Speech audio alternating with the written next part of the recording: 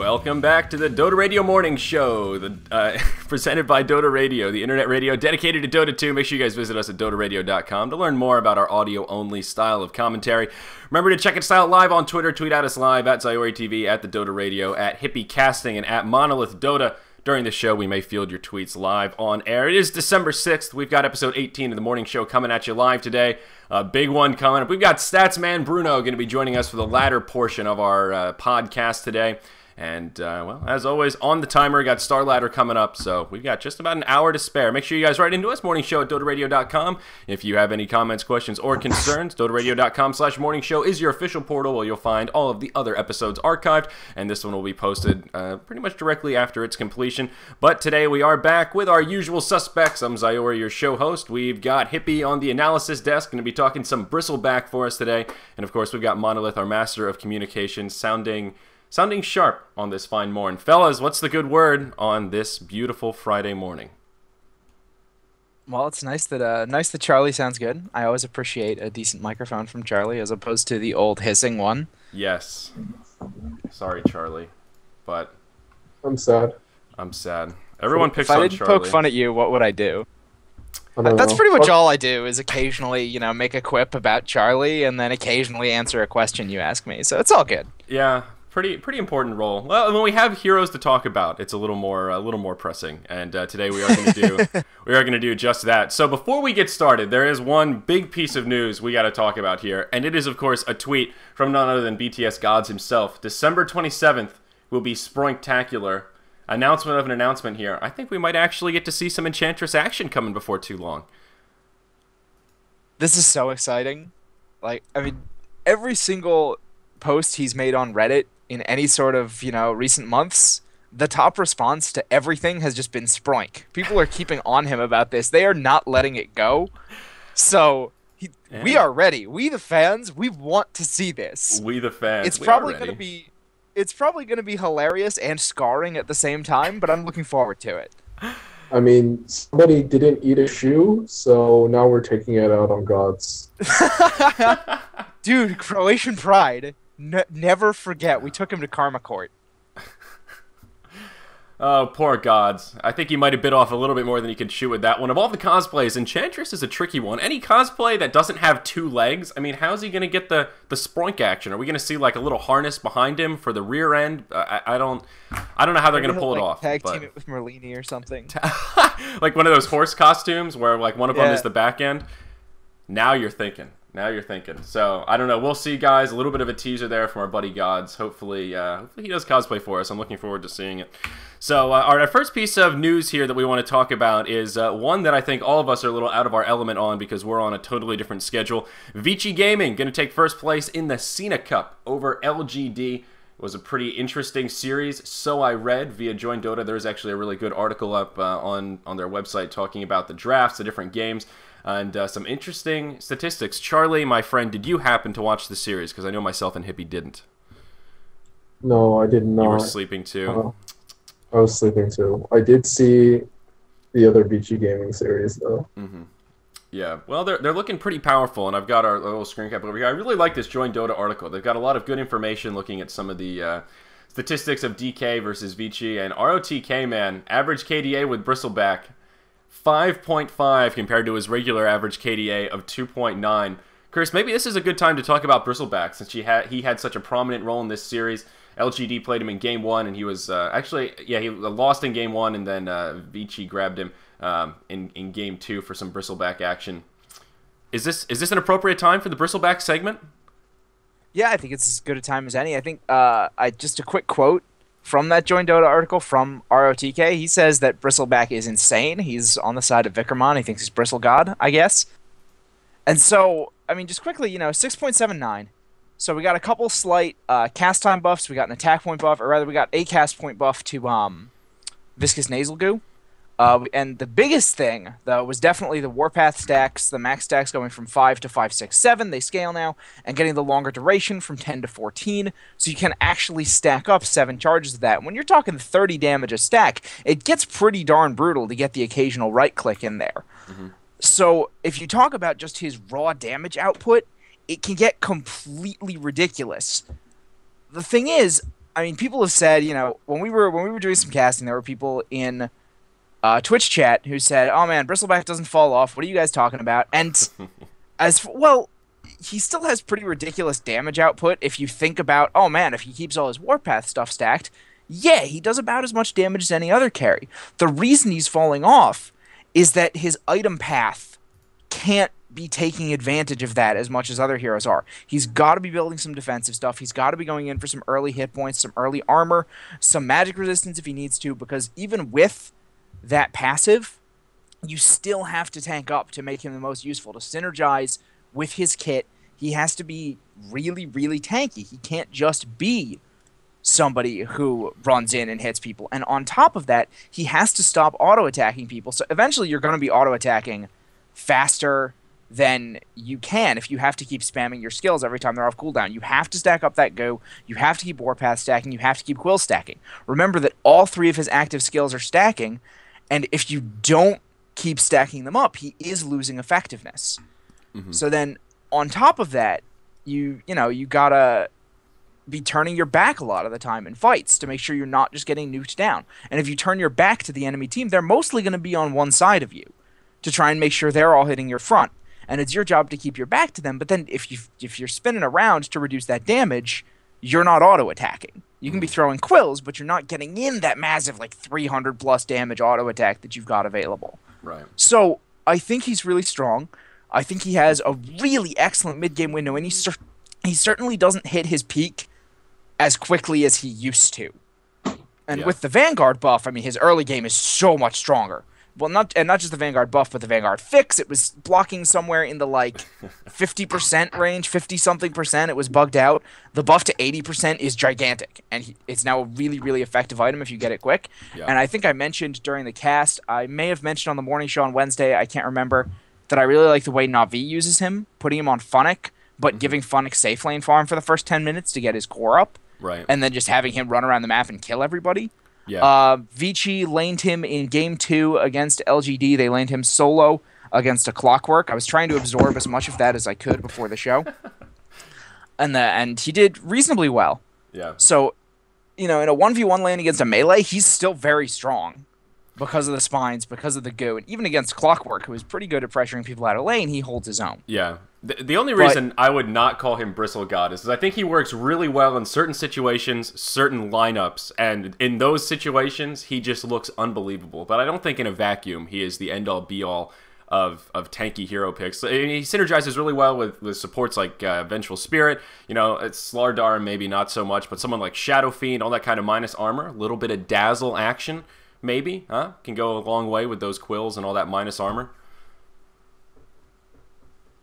It's possible. I mean, if you get it really early, you still need to definitely get the Vanguard first, but it's one of those things that's going to tank you up as well. So yeah, it can be nice. You can get a little bit of extra damage out of it, but I think it also depends on the lineup you're up against, because you're generally going to want the Vanguard so you can dive towers, and also so, you can dive creeps, you don't have to worry too much about that. But you may be in a situation where you also really need at least a casual cloak and maybe a hood. So it really depends, I think, on the lineup you're up against. If there's too much early magic damage, you can't afford to go in early for the armlet. Wait, well, I wasn't talking about armlet. I was talking about minus armor teams. Like having a Shadow Fiend on your team. I thought I heard you say armlet. I might have said armlet, but I meant to say minus armor. That's what I was talking about. I was just like, what do you... Yeah, well, minus armor, of course, really, really good in the AoE, because you're getting that extra... Not only is he stacking up extra minus armor with his goo, but also, of course, the spines are physical, and they're stacking up damage too, so they can be really, really brutal. Shadow Fiend, I think, not quite as much, because you're not taking the minus armor till later, generally, but Vengeful Spirit, I think, would be particularly nice. Alright. I'm trying to think... I'm just looking for any excuse to work Dazzle into a competitive lineup. You That's just really want Dazzle. Here. I mean, well, Dazzle Bristleback is amazing. You saw... I forget who we were casting, but you saw as soon as Bristleback was picked up, Dazzle was immediately banned. Yeah, in that match. We did. And I know you were pretty salty about that one. Like, come on, Dazzle doesn't get picked anyway. Why you gotta ban him out? Come on, you're making his life even harder, and he's already got a pretty hard knock life. Poor guy. So... interesting. Bristleback, we'll probably see him a bit more. Teams in CIS, at least, and Star Ladder have been continually banning him out more and more over the past couple days. Still haven't seen him picked as much, but teams are at least starting to ban him out. He's sort of like that Viper pick a little bit. Teams seem to have this unspoken truce that let's just ban this bloke. Nobody wants to play against him. Nobody really wants to play with him. Let's just have this mutual understanding that we're going to ban him out in the 3rd or 4th banning phase, and that's pretty much where we've seen Bristleback, at least in the games that I've casted. But we have seen him on occasion, and to kind of varying success as well. I should have pulled up Dota. I'm actually sort of curious about Bristleback's win percentage right now in competitive. I wouldn't be surprised if it's reasonably good, because generally, when he was first getting picked up, teams weren't, I think, really thinking about him and how to deal with him. And now, generally, if he gets picked up, he does pretty well. He won 2 out of his 3 games in that percent series. Is 55% on Dota. He is 51 and 41. Oh, Alchemist. Alchemist is someone I should have mentioned with Acid Spray. Oh, yeah, that's insanely good. It's insane in the membrane. So, yeah, Bristleback, he's got a positive win rate. 55% is when you start getting past that, just like, 51, 52. That's kind of within variance, kind of an advantage, depending on how good the teams are that like to run that hero. 55%, that's a pretty much across the board. Bristleback is doing pretty solid. You got a pretty good chance if you pick him up. So, food for thought with the old Bristleback, but something that will continue to be debated, I'm sure. I know that's one thing. LD disagrees with Vikramond, and obviously ROTK on that Bristleback is okay in some situations, but maybe not as powerful as some folks are implying. But time will tell as that meta continues to evolve. Let's move forward here, though. Thank you, Chris. Always a pleasure to hear your insight about heroes.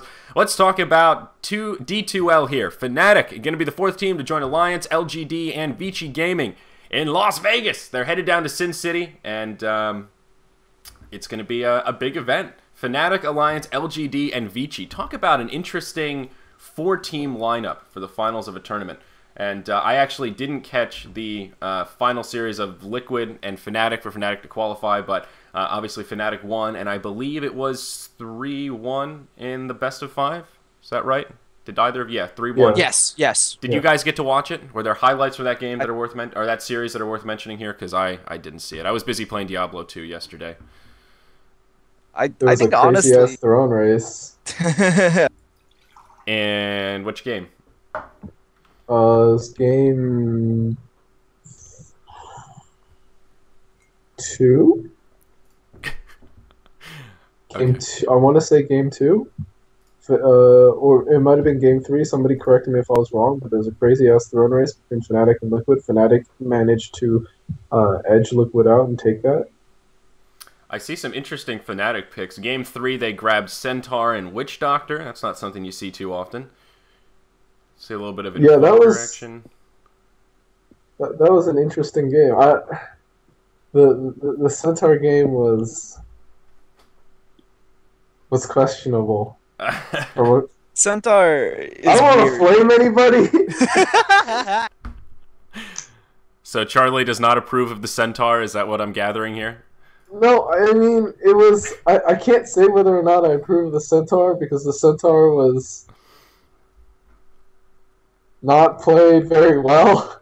Well, oh god, I feel like a lot of the times I see Centaur, I'm like, man, I'm really happy I'm going to see Centaur, but he doesn't really fit this lineup. How is he going to work? And then he just gets, like, crushed on, and it's just dumb. Yeah. It's just, Elder Titan, Weaver, Bane, Centaur, Witch Doctor.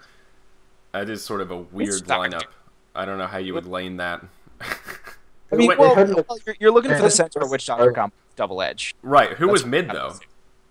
No, they had an aggressive tri-lane with Centaur, Witch Doctor, and Visage top. And Bane. And then, yeah.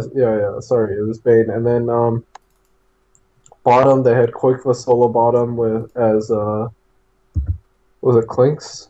Weaver or Elder Titan? And then Elder Titan was mid. Okay. Interesting. And then what happened was Koikva ended up needing a lot of help bottom.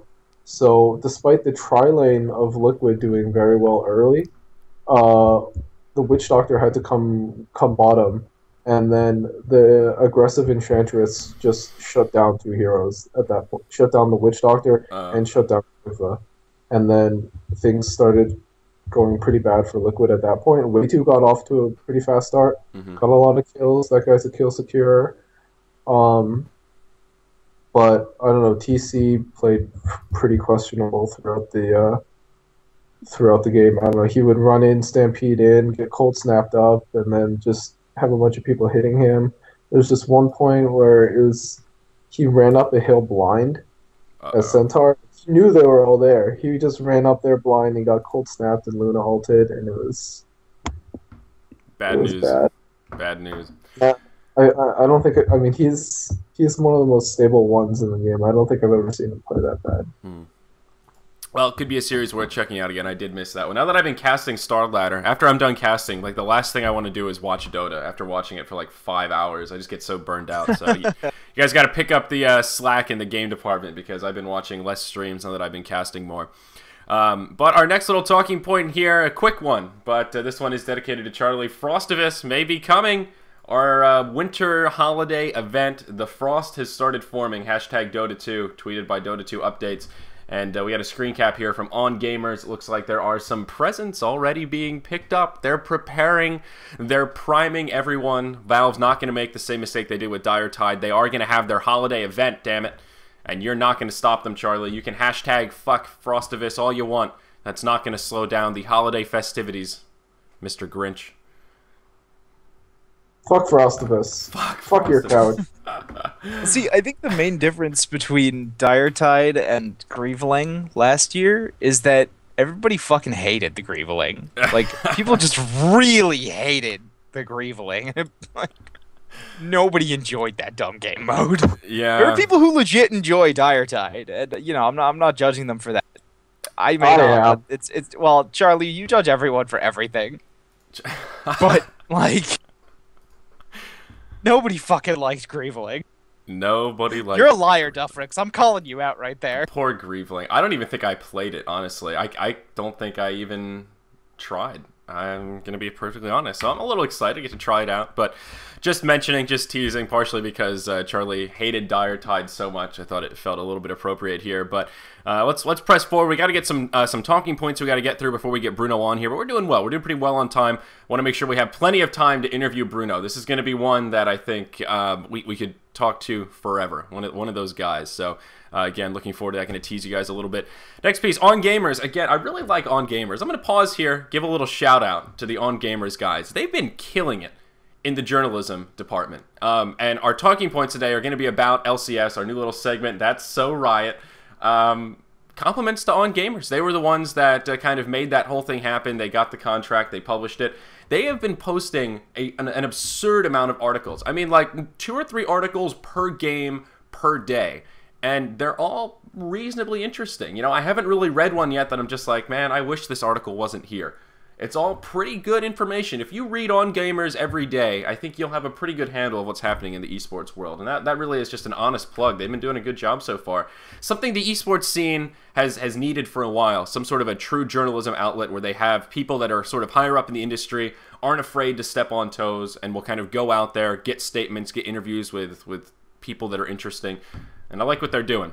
On top of that, they are now doing a fortnightly top 4 team ranking outside of Asia. All of our Western teams here. So the top 4 that they have are Na'Vi, Fnatic, Speed Gaming, and Alliance. Now, of course, this spans just the 2 weeks. It's only a 2-week ranking. That does include MLG Columbus. That's part of the reason why Speed is number 3. And if you read through this article, Na'Vi number 1 for taking home DreamHack, Fnatic for taking 2nd place in DreamHack and also beating Na'Vi in a series prior, and then Alliance, a little bit of a lackluster performance over the last 2 weeks, I suppose. And they do take position number 4.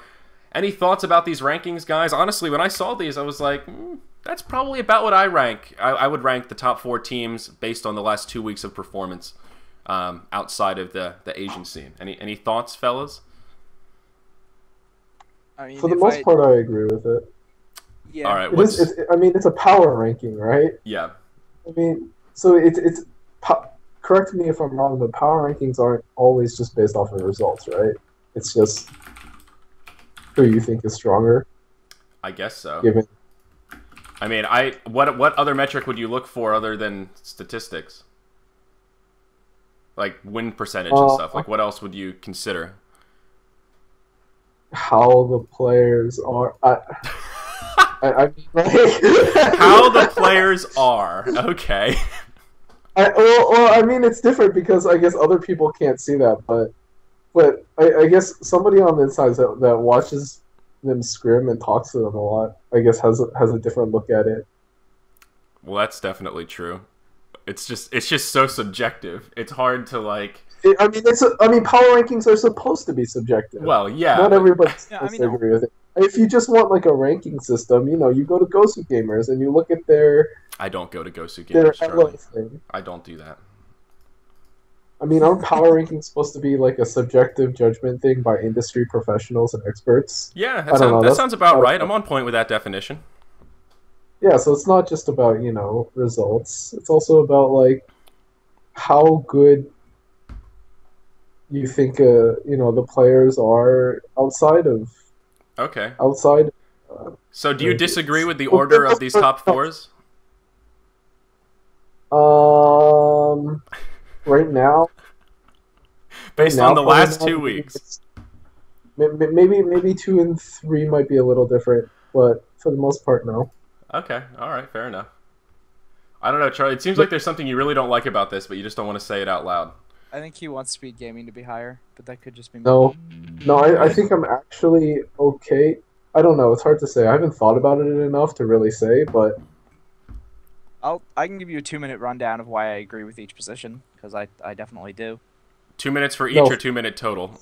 2-minute total. All right, go for it, Chris. Nail it. All right, Na'Vi is still the most consistent team in Dota. They did very well at Columbus. They won DreamHack. They do very well in basically every league.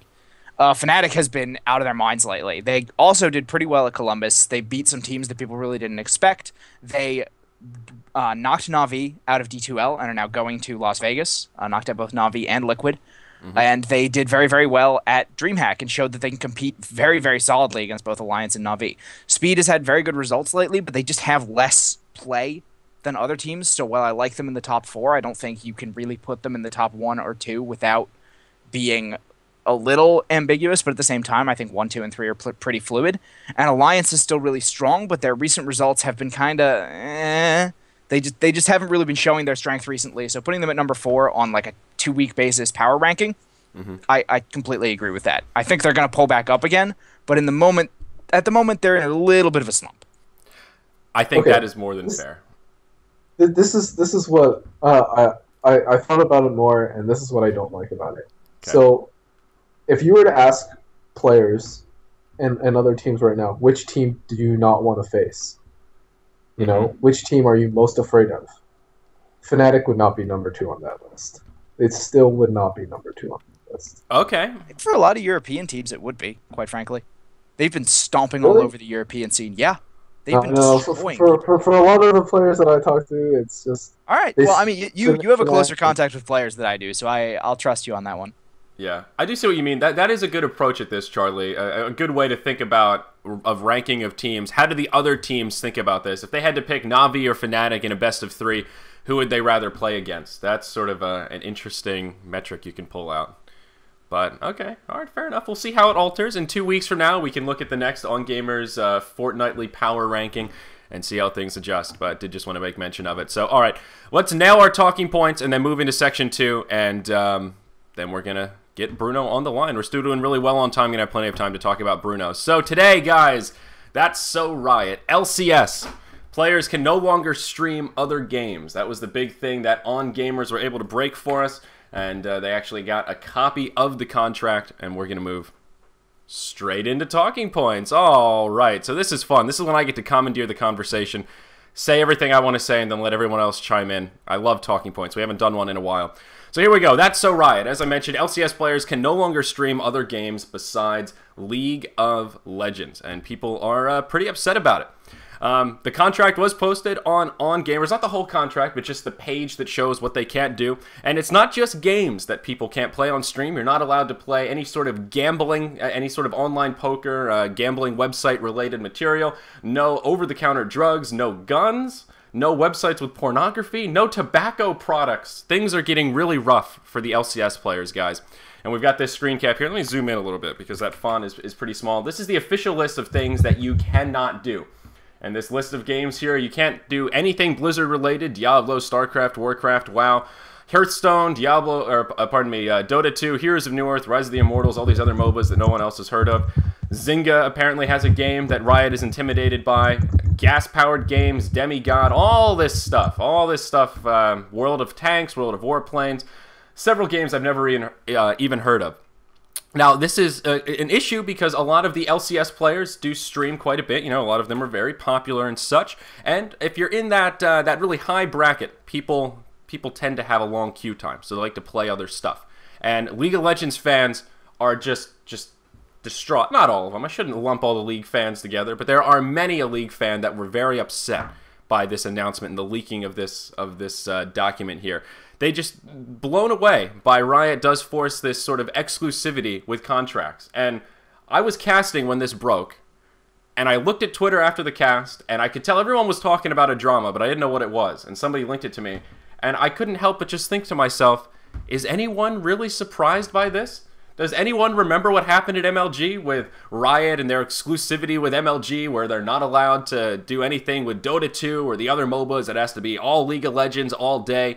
You know, one of the reasons it's hard to break into League of Legends casting because you got to be all League all day. They're not a big fan of these kind of multi-game people, you crazies that like stuff besides League of Legends.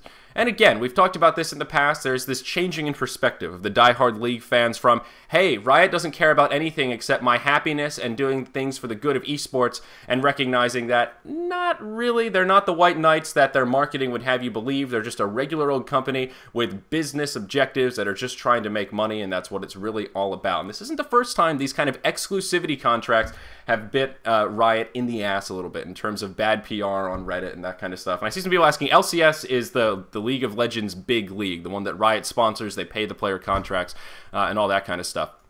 So very quickly, the pros and cons for the kind of the idea of this contract where you're limited on what you can stream. The arguments for it being okay as well. The LCS players are employed by Riot, so Riot is perfectly within their legal rights to say, hey, you guys are not allowed to stream other games. You are representatives of our company, our brand, because you're on our payroll, and we're allowed to tell you that you're not allowed to publicly stream other titles that compete with us. You're still allowed to play them, just not publicly.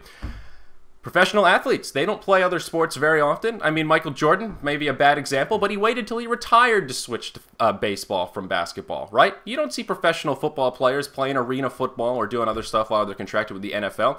Same thing in Korea, right? StarCraft 2 took a little while to really come online for a lot of Korean players because StarCraft 1 pros were forbidden from playing other games, StarCraft 2 included. Even though it's the same game, they were forced to work out their contracts or continue their contracts until they expired, maintaining only StarCraft 1. Perfectly reasonable. And a lot of people say it's not going to hurt the stream numbers. A lot of people were saying, oh, now people are going to have to wait in queue and I can't watch Hearthstone while he's sitting there, so I'm not going to watch the stream. I think that's just utter bollocks. So the arguments against, there's long queue times. I've already mentioned a few times now. Everyone wants to play Hearthstone while they're waiting for their League of Legends queues. A lot of people have said this whole thing came about because people are playing Hearthstone too much during their League of Legends games.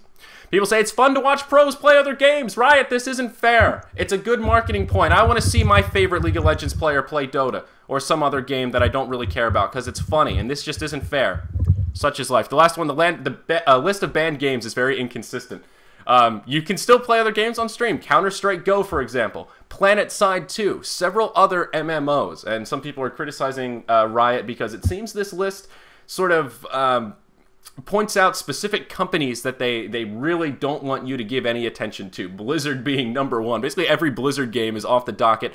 But as long as it's not Dota 2, they seem to be pretty okay with Valve. You want to play a little Counter-Strike, you want to play a little something else, they've got no beef with it. So the moral of the story here with this talking points, be careful for what you wish, folks.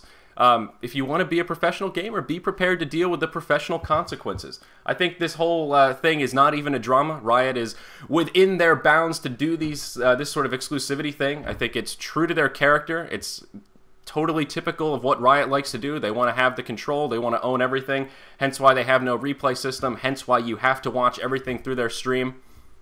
This is Riot, baby. Chris, that is so Riot. It couldn't be more Riot. And that's A-okay. That's what they like to do. I got no beef. I'm just saying, I don't understand why people are upset about this.